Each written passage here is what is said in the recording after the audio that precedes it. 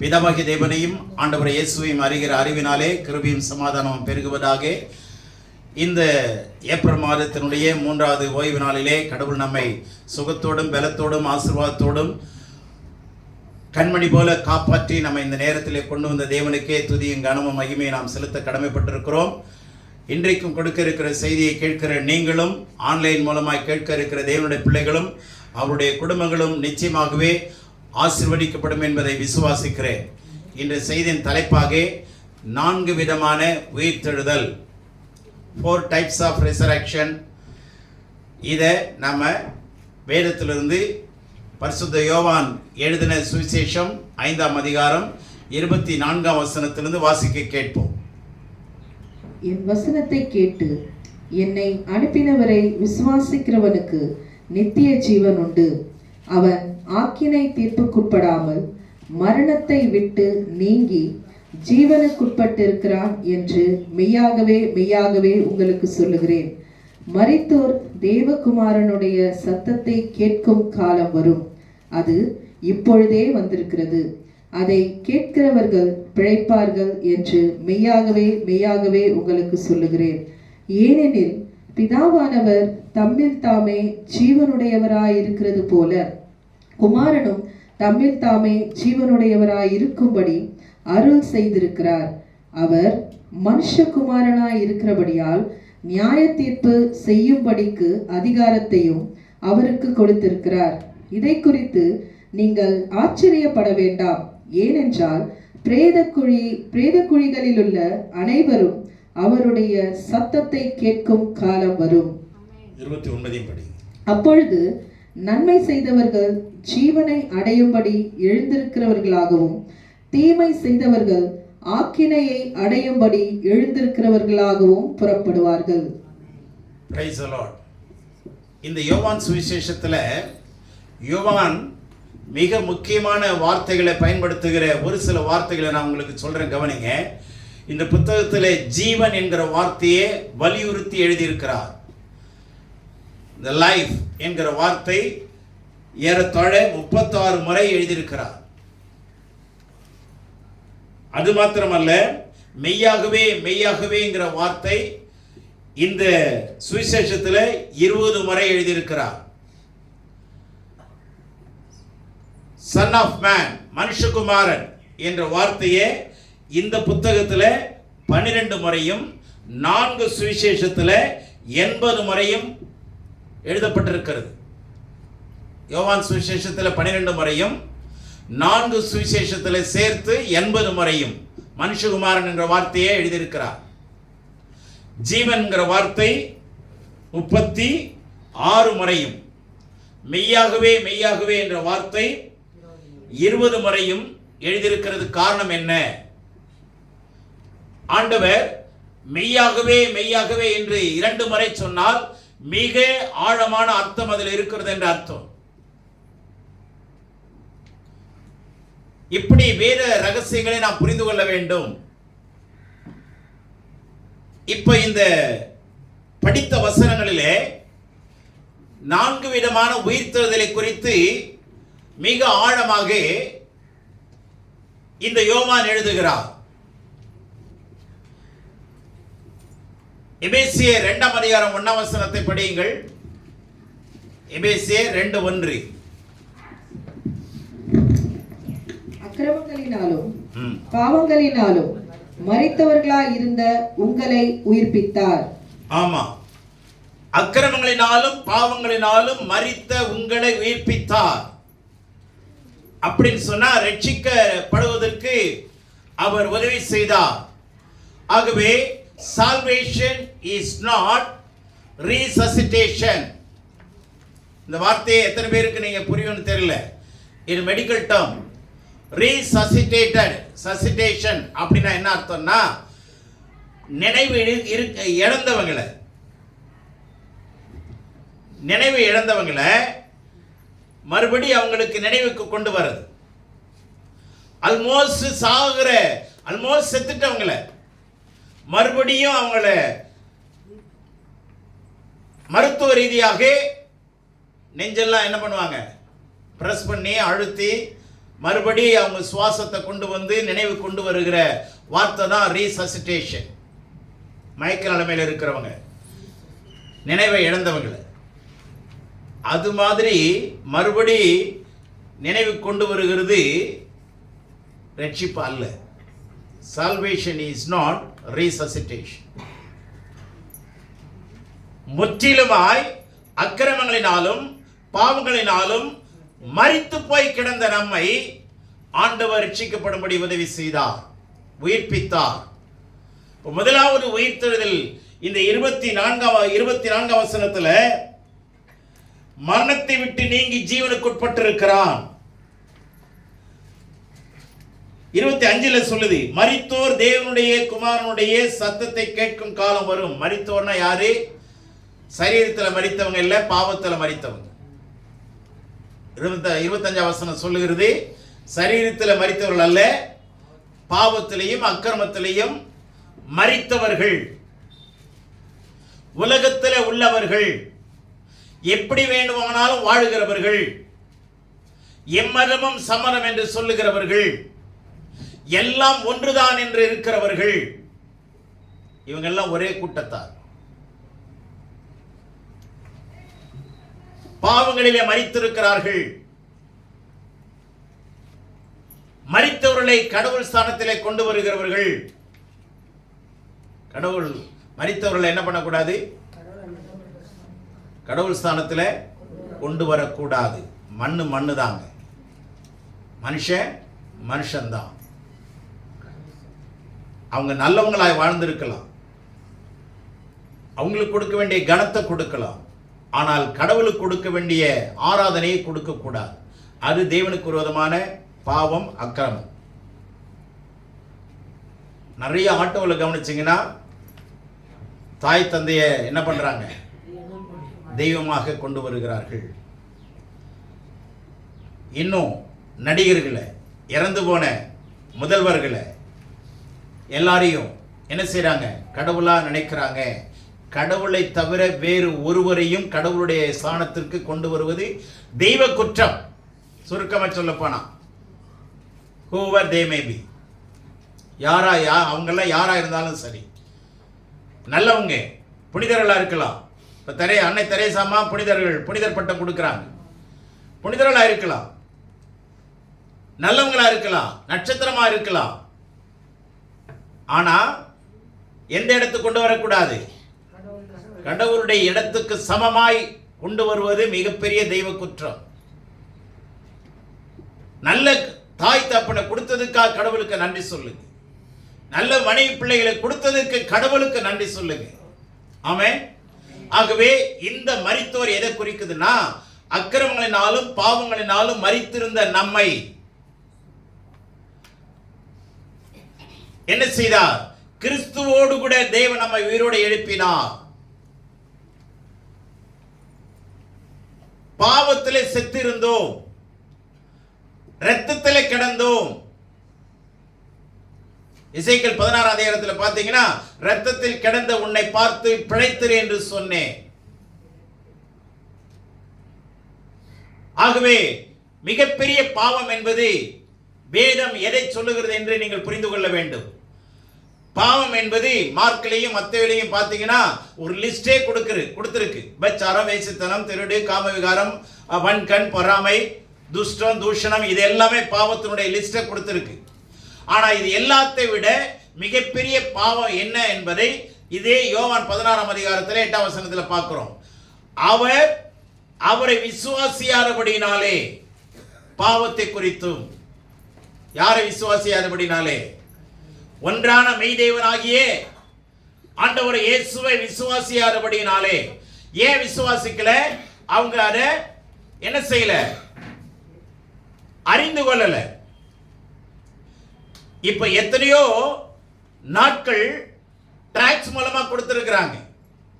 நான் எத்தனையோ டிராக்ஸ் கொடுத்திருக்கிறேன். தெருவில் துண்டு பிரதிகள் கொடுத்திருக்கிறோம்.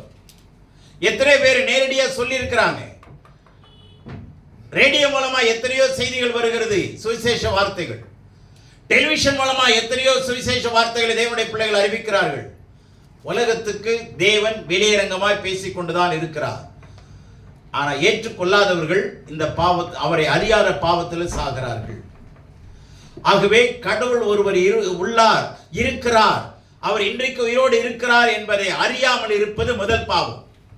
அதனாலதான் இந்த பாவத்தை செய்யறாங்க. அப்ப பிரதான பாவம் எது? கடவுள் ஒருவர் இருக்கிறார், அவர் மரணத்தை வென்றவர், பாவத்தை வென்றவர், பாதாளத்தை வென்றவர், பிசாசை ஜெயித்தவர், இச்சைகளை ஜெயித்தவர், காலங்களை கடந்தவர், உள்ளங்களிலே வாசம் பண்ணுகிறவர் என்று அறிந்து அவரை ஏற்றுக்கொள்ளாமல் இருப்பதுதான் பிரதான பாவம். இந்த பாவத்தில் வாழுகிறவர்கள் உயிரோட இருக்கிறாங்க. ஆனா தேவனுக்கும் அவர்களுக்கும் நடுவில் என்ன கிடையாது? உறவு கிடையாது.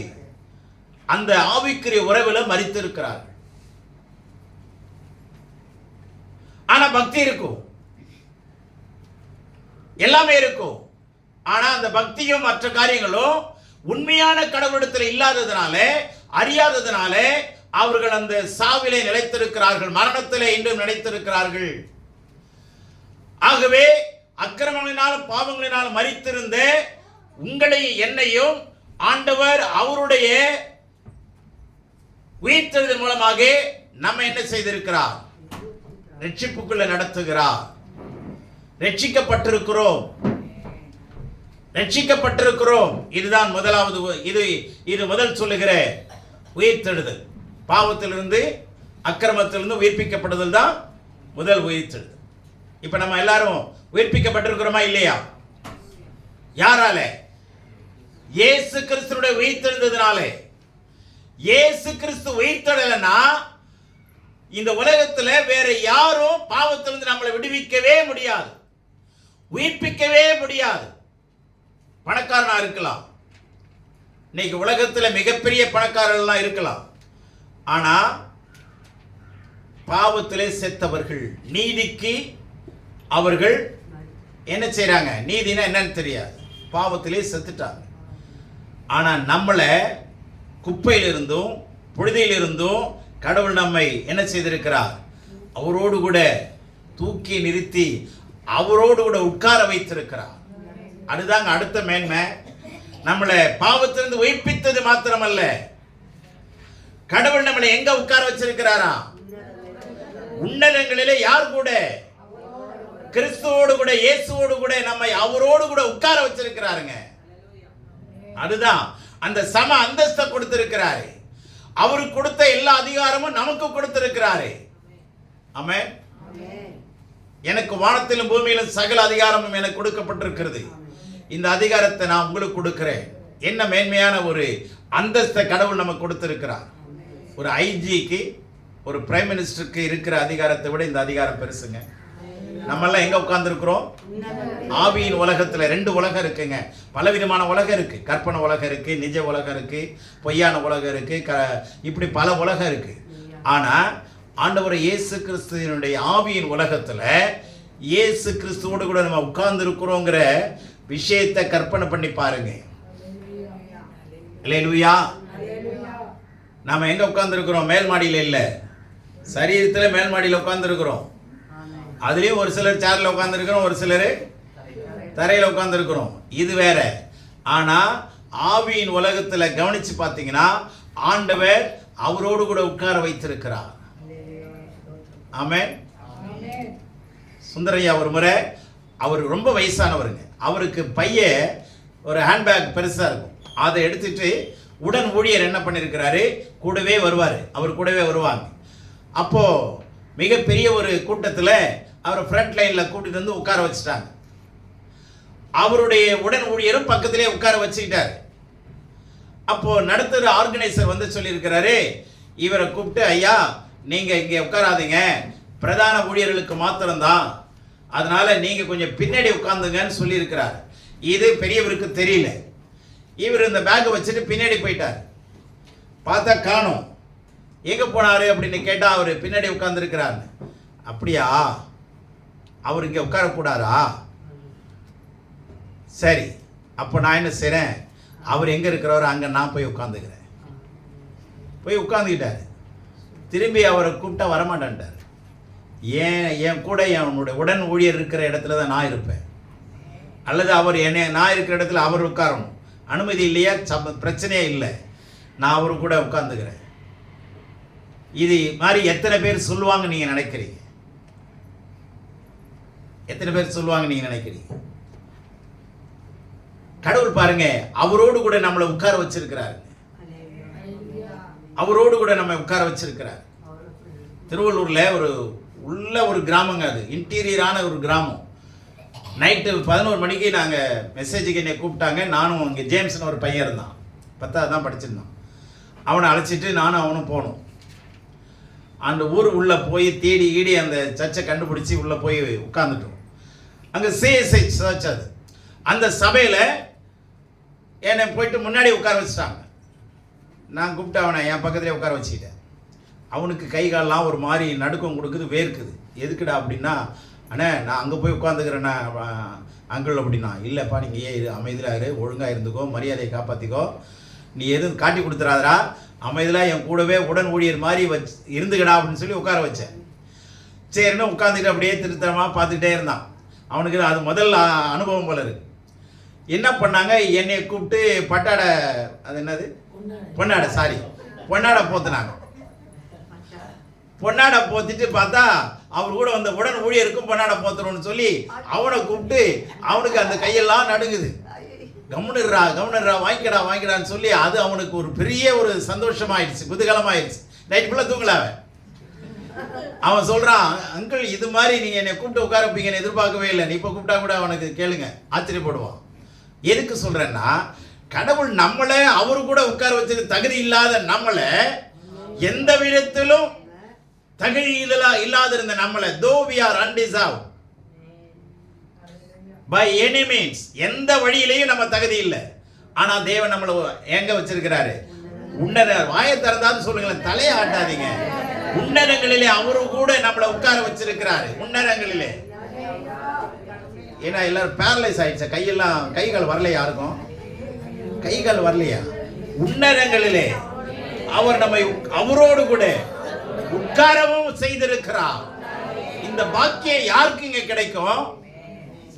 இந்த பாக்கியம் யாருக்கு கிடைக்கும்? அவரை விசுவாசிக்கிற 24ஆம் வசனத்தை பாருங்க.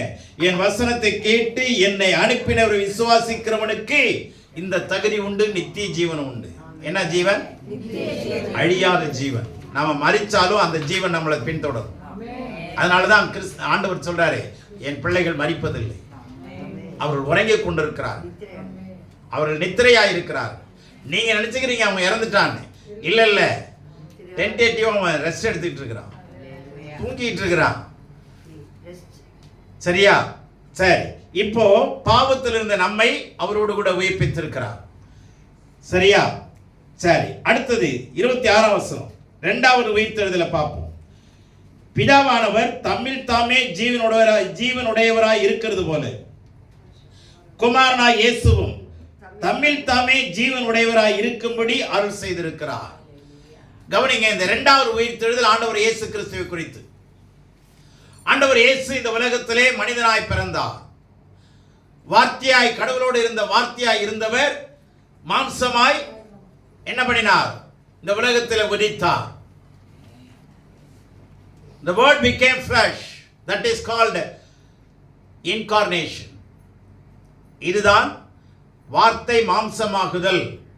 இயேசு வார்த்தையாய் இருந்தவர் மாம்சமானார்.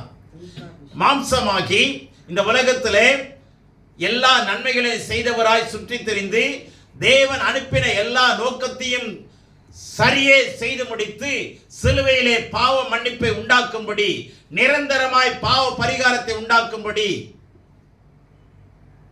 தேவன் நம்மை அவருடைய பிள்ளைகளாய் மாற்றும்படி இயேசுவை சிலுவையிலே இரத்த சிந்தி மரிக்க செய்து அடக்கம் பண்ணப்பட்டு அவர் சொன்னபடியே 3ஆம் நாளிலே என்ன செய்தார்?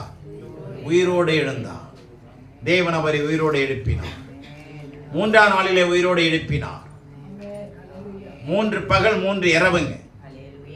அவர் சொன்னது 3 பகல் 3 இரவு, சரியான 3 பகலும் 3 இரவும். ஆனா இப்ப நம்ம கொண்டாடுற வெள்ளிக்கிழமை மத்தியானம் சாயந்தரம் சிலுவையில் இறக்கி அடக்கம் பண்ணா சனிக்கிழமை ஒரு நாள் தாங்க. சரியா? 2 ராத்திரி தான், 3 பகல் வராது, கணக்கு தப்பு. ஆகவே அவரை எத்தனை நாள் முன்னாடியே அடிச்சு அவர் அடக்கம் பண்ணாங்கிறத நீங்க கவனிச்சு பார்க்கணும். பாரம்பரியத்தை கொண்டாடிட்டு இருக்காதீங்க. புதன்கிழமை மாலை அடக்கம் பண்ணப்பட்டார் 6 மணிக்குள்ள. 6 வியாழன் 6 ஒரு நாள், வியாழன் 6 வெள்ளி 6 மாலை 6 2 நாள், வெள்ளி 6 சனி 6 ஈவினிங் 3 நாள். சரியா? ஆக 3 நாள் முடிஞ்ச பிற்பாடு தான் அவர் யோனா தீர்க்கதரிசிக்கு கொடுக்கப்பட்ட அடையாளமே தவிர வேறு ஒரு அடையாளம் கொடுக்கப்படுவது இல்லை என்று சொன்னார். யோனா 3 பகல் 3 இரவு என்ன செய்தார்? மீனின் வயிற்றில் இருந்தார். இந்த அடையாளத்தை தான் கடவுள் நமக்கு கொடுத்தார். ஆகவே அந்த அடையாளம் அப்படியே நிறைவேறினது. ஆண்டவர் இயேசு மரணத்தை ஜெயித்து உயிர்த்தெழுந்தார். அல்லேலூயா. எங்க கடவுள் உயிர்த்தெழுந்தார்னு யாருக்கு சொல்ல முடியும்? ஜெயின மதம் சொல்ல முடியுமா?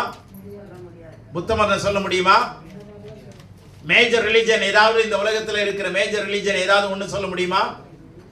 முடியாதுங்க. ஆண்டவராக இயேசு கிறிஸ்துனுடைய பிள்ளைகள் தவிர வேற யாரும் சொல்வதற்கு தகுதி இல்லை. அவர் மெய்யாகவே உயிர்த்தெழுந்தார். அவர் சொன்னபடியே உயிர்த்தெழுந்தார். இயேசு மாத்திரம் உயிர்த்தெழலைன்னா இந்த கிறிஸ்தவம் என்னைக்கோ அழிஞ்சிருக்கு. என்னைக்கோ கிறிஸ்தவத்தை என்ன செய்திருப்பாங்க? அடக்கம் பண்ணியிருப்பாங்க. ஹிட்லர் நாட்களுக்கு முன்னாடியே ஹிட்லரே என்ன பண்ணியிருப்பான்? முடிச்சிருப்பான். ஆனால் ஆண்டவருடைய மரணத்திலிருந்து உயிர்த்தெழுந்த வல்லமை இருக்குதே, பயங்கரமான வல்லமைங்க.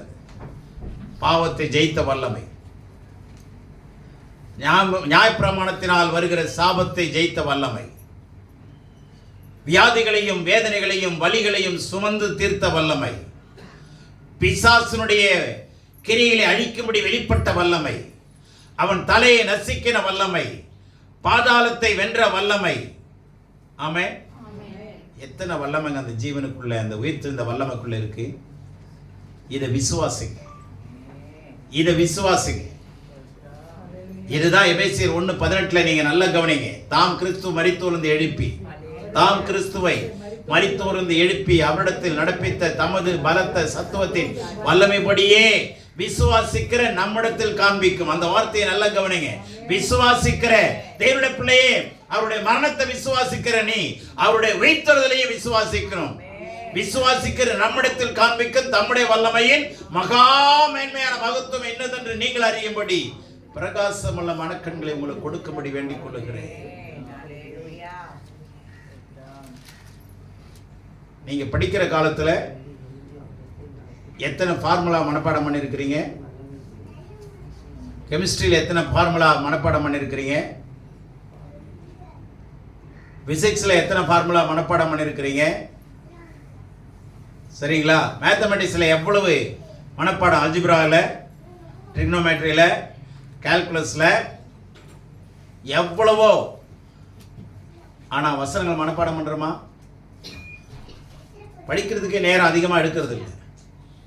ஆனால் இப்போ தெரியாது. நித்திய ஜீவனை இழந்துட்டீங்கன்னா அப்போ நீங்கள் திரும்பி நினைச்சாலும் கிடைக்காது.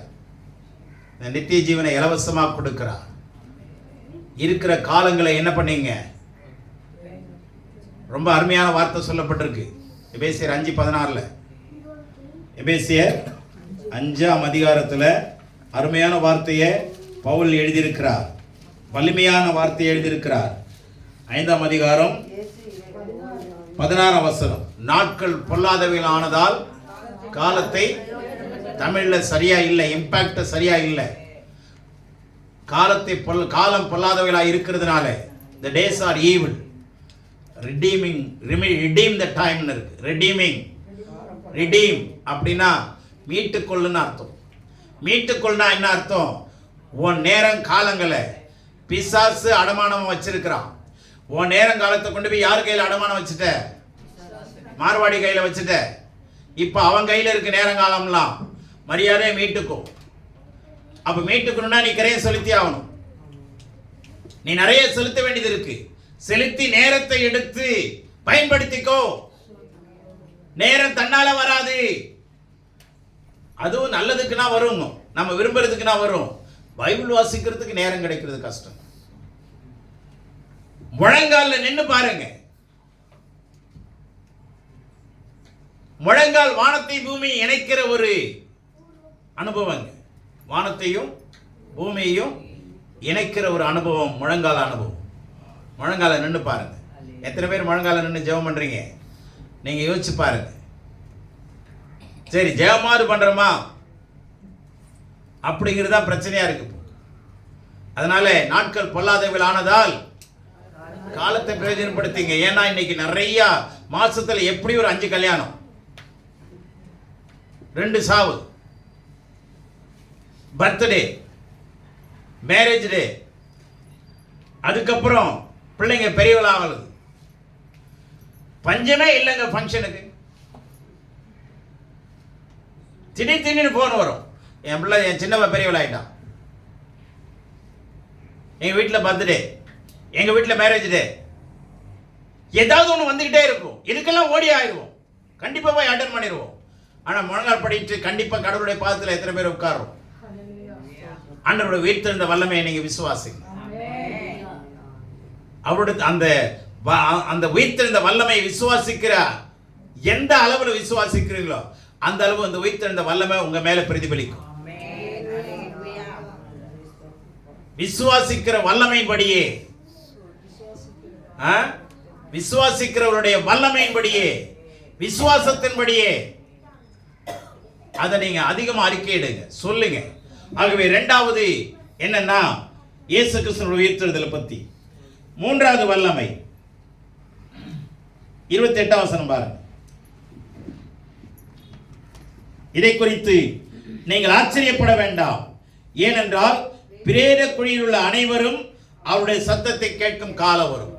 இந்த உயிர்த்தெழுதல் என்னன்னா மரிச்ச பிற்பாடு ஜனங்கள், இது விசுவாசிகளுடைய உயிர்த்தெழுதல். இது என்ன உயிர்த்தெழுதல்? விசுவாசிகளுடைய உயிர்த்தெழுதல். யாரெல்லாம் கிறிஸ்துவுக்குள்ள வாழ்ந்தாங்களோ, இது ரொம்ப முக்கியமான வார்த்தைங்க. இது 1 தெசலோனிக்கேயர்ல பார்க்கலாம். கிறிஸ்துவுக்குள் மரித்தவர்கள் முதலாவது. கிறிஸ்துவுக்குள்ள என்ன செய்யாம போடணும்? கிறிஸ்தவர்கள் ஏன் போடல? அங்க மிகப்பெரிய ஒரு அடையாளம் இருக்குங்க. those who are in Christ, கிறிஸ்துவுக்குள் மரித்தவர்கள். இப்ப நாம என்ன சொல்லிட்டு இருக்கிறோம்? கடவுள் எனக்குள்ளே இருக்கிறார்னு சொல்லிட்டு இருக்கிறோம். கடவுளுடைய வார்த்தை சொல்லுது கடவுளுக்குள்ள யார் இருக்கிறாங்களோ. அங்க மாட்டிக்கிட்டோமா? மாட்டிக்கிட்டோமா இல்லையா? எனக்குள்ள கர்த்தர் இருக்கிறாருங்க. உனக்குள்ள கர்த்தர், எனக்குள்ள கர்த்தர், உனக்குள்ள கர்த்தர், எனக்குள்ள கர்த்தர். சாவுட்ல மாரடிக்கிற மாதிரி, சரியா? இப்படியே ஈஸியா சொல்லிடுறோம். ஆனா அங்க வசனம் சொல்லுது உனக்குள்ள இல்ல, எனக்குள்ள நீ இருக்கிறியா? எனக்குள்ள நீ இருக்கிறியா? என் வார்த்தைக்குள்ள நீ இருக்கிறியா? உன் வார்த்தை உனக்குள்ள இருக்கா?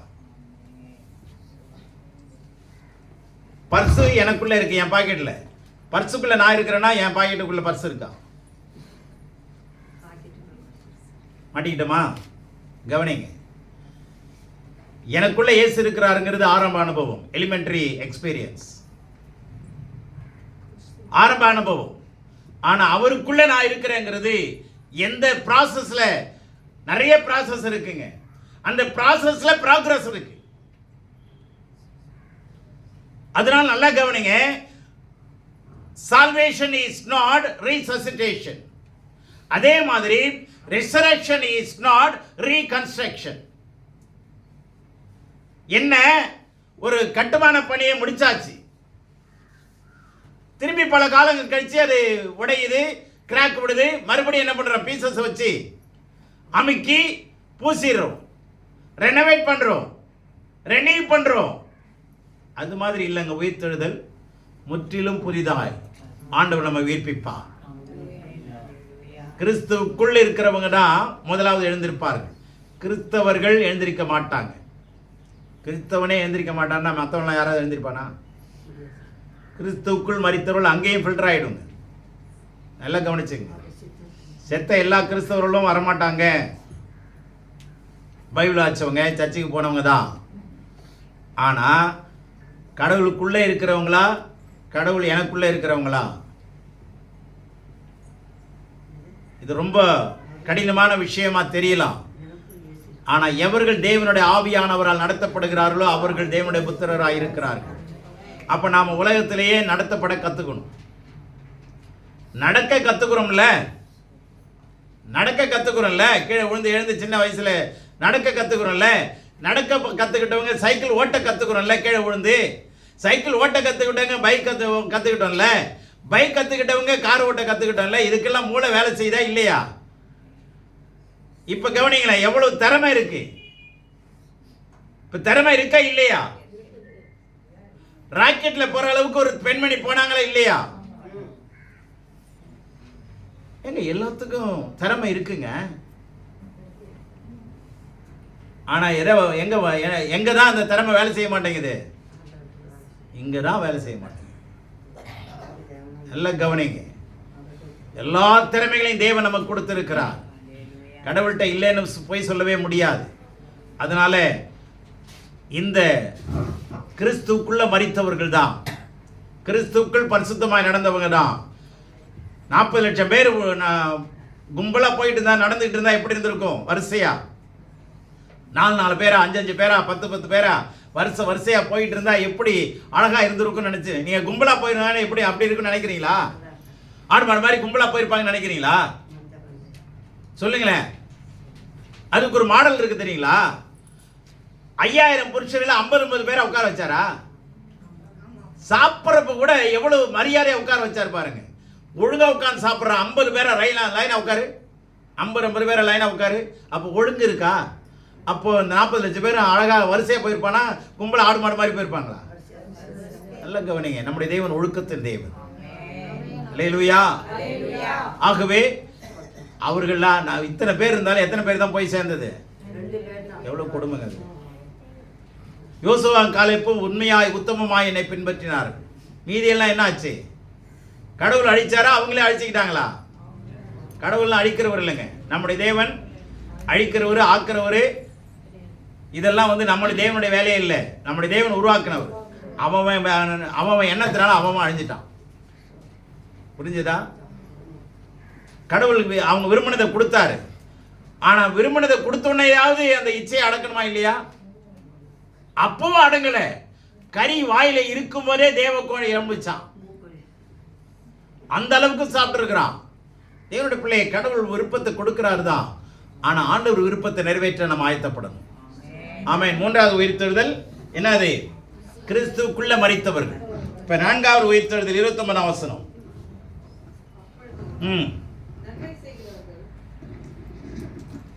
அப்பொழுது நன்மை செய்தவர்கள் ஜீவனை அடையும்படி எழுந்திருக்கிறவர்களாகவும், தீமை செய்தவர்கள் ஆக்கினையை அடையும்படி எழுந்திருக்கிறவர்களாகவும் புறப்படுவார்கள். இங்க 2 விஷயம். உலகம் முழுவதும் என்ன ஆகுதுன்னா, இருக்கிற ஜனங்கள்லாம் இறந்துடுறாங்க, மரிச்சிருவாங்க. உலக முடிவுக்கு அப்புறம் ஆண்டவர் நியாயாதிபதியாய் வருவார். அப்பொழுது பூமியிலே அடக்கம் பண்ணப்பட்டிருக்கிற அத்தனை பேரும் நன்மை செய்தவர்கள் ஜீவன் அடையும்படியும், தீமை செய்தவர்கள் ஆக்கினை அடையும்படியும். அங்கதான் பப்ளிக் ஜட்ஜ்மெண்ட் நடக்குது. இப்ப கிறிஸ்துக்குள் மரித்தவங்க எழுந்திருப்பாங்க இல்லையா? மீதியெல்லாம் அப்படித்தானே இருக்கும். நல்லா கவனிங்க. வரப்போற நாட்களில் நிறைய கல்லறை, கடவுளுடைய பிள்ளைங்க கல்லறை என்ன ஆழத்தில் இருந்தாலும் வெடிச்சு அதெல்லாம் ஆண்டவர் தேவதூதர் வெளியில கொண்டு வந்துடுவார். தேவதூதன் வெளியில என்ன பண்ணிடுவான்? கொண்டு வந்துடுவான். இதெல்லாம் சிம்பிள் விஷயங்க ஆண்டவருடைய பார்வையில். சரி, இதுக்கு மேலே ஒரு விவரம் சொல்லணும்னா நேரம் இல்லை. உதாரணமாக உங்களுக்கு சொல்கிறேன். இப்போது ஒரு மனுஷனுடைய பாடி இருக்குன்னு வச்சுங்க. அந்த பாடியில் நிறைய தாது பொருட்கள் இருக்கா இல்லையா? காப்பர் இருக்கா, பாஸ்பரஸ் இருக்கா, பாஸ்பேட் இருக்கா, சல்ஃபேட் இருக்கா, எல்லாம் இருக்கு. கோல்டு கூட இருக்கு, சில்வர் இருக்கு இல்லையா? இதை எவ்வளவு பர்சன்ட் அவங்களுக்கு இருக்குதோ அதுக்கேற்ற மாதிரி குணாதிசயங்கள் இருக்கும். இதை பர்சன்டேஜ் இருக்கும், ஒவ்வொரு பர்சன்டேஜ். இது 110ஆம் சங்கீதத்தில் இருக்கு, நேரம் இல்லை. இந்த பர்சன்டேஜை அவன் மரிக்கும் போது இவனுடைய உடம்புல இவ்வளவு பர்சன்டேஜ் இருக்குன்னு ரெக்கார்ட் ஆகும். பென்ட்ரைவில் ரெக்கார்ட் ஆகும். இப்போ இருக்கிற சயின்டிஃபிக் வேர்ல்டில் இப்போ தான் 120 GB, 500 GB, 1000 GB இருக்குல்ல. அதில் அதே இது மனுஷனே கண்டுபிடிச்சு வச்சிருக்கிறான், கடவுள் எவ்வளோ பெரிய கண்டுபிடிப்பு வச்சிருக்கிறாரு. இப்போ இன்னாரு இந்த இடத்துல இவ்வளோ பர்சன்டேஜ் உள்ளதை இறந்துருக்கிறான் அப்படின்னு. இது மண்ணில் மக்கி எல்லாம் போயிடும். திரும்பி அவன் மறுபடி உயிரோடு எழுப்பும்போது அதே பர்சன்டேஜை கொடுத்தா அதே ஆள் வந்துடுவான். விளங்குதா இல்லையா?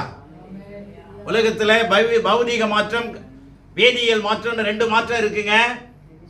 ஆமென். கெமிக்கல் சேஞ்சஸ் இருக்கு, பிசிக்கல் சேஞ்சஸ் இருக்கு.